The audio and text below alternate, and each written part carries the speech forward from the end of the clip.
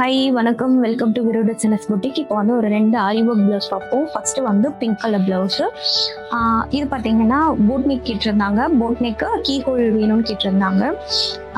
கை பார்த்தீங்க அப்படின்னா வந்து எல்போ ஸ்லீவு, பிரின்சஸ் கட்ட பேடட் ப்ளவுஸு வித் பட்டி வேணும்னு கேட்டிருந்தாங்க.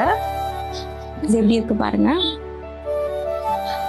ஃப்ரண்ட்ல வந்து ஸ்வீட் ஆர்ட் நெக்கு. இப்போ இதில் என்ன ஒர்க் பண்ணியிருக்கோம் அப்படின்னா வந்து ஆரியில் வந்து சீக்வன்ஸ் வச்சு ஒர்க் பண்ணியிருக்கோம்.